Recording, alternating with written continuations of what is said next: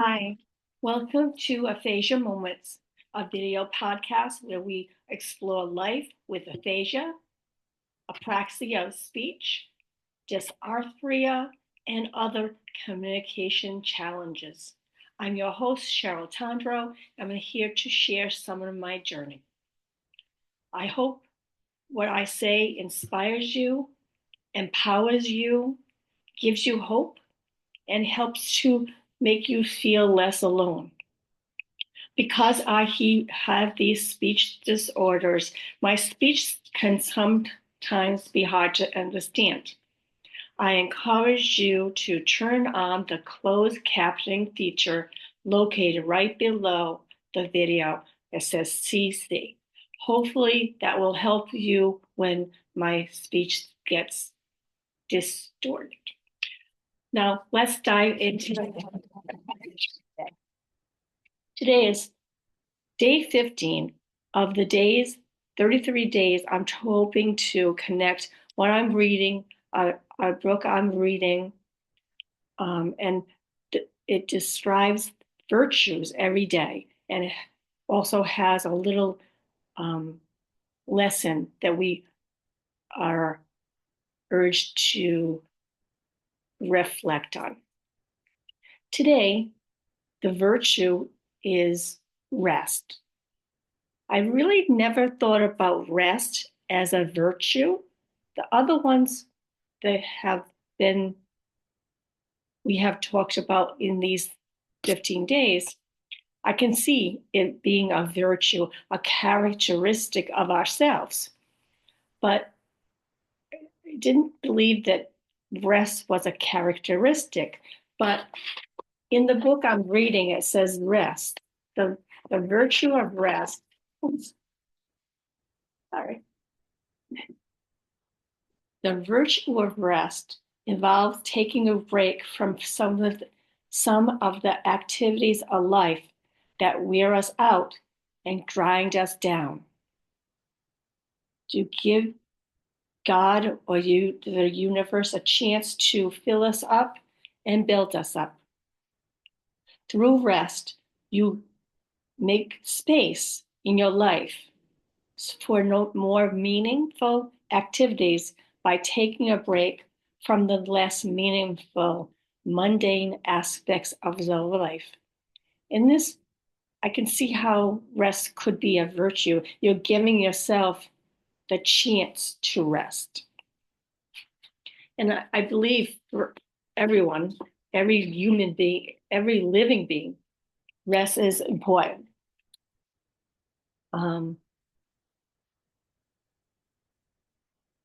I read about recently an Indian proverb that said everybody is a house with 4 rooms: physical, mental, emotional, and spiritual. And every day you should be visiting these rooms, even just to air it out, because doing this makes us a full human being. And in this book I reading, it said God is calling you to wholeness and holiness. So we're being brought to wholeness. We all want wholeness. Consider the 4 aspects of the human person: physical, emotional, intellectual, and spiritual. In which of these areas are you thriving? In which are you just surviving? I think that this is a big topic, I think, and important topic, not only for people who had strokes and aphasia and other communication issues, but for everybody to really realize that to be a full, wholesome human being, to experience everything we should, we have to consider physical, the emotional, the spiritual, and intellectual. And without that, and part of it, rest is rest is a really important part of this.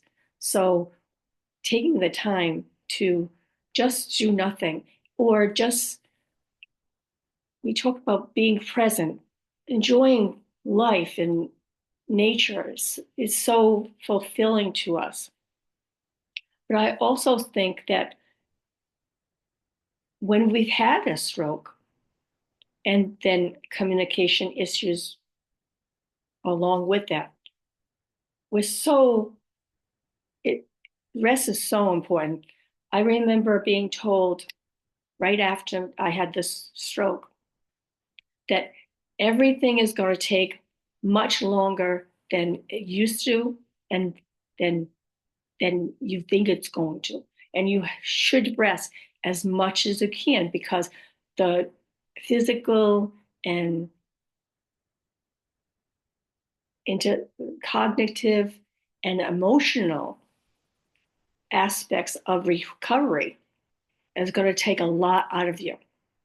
So the nurse really cautioned me, to rest as much as I could. And all I wanted to do is get better. And we have to remember that getting better requires rest as well. And I feel that there's a lot of studies out there that maybe up to half people who have had a stroke, and I will, I would think that is more than half that have neurofatigue. And if you have neurofatigue, you know what I'm talking about. It's not like just a physical. It's not like a physical tiredness. Um, when you're physically tired, you can sit down. You can really relax your bones and really relax your muscles, and everything comes back better.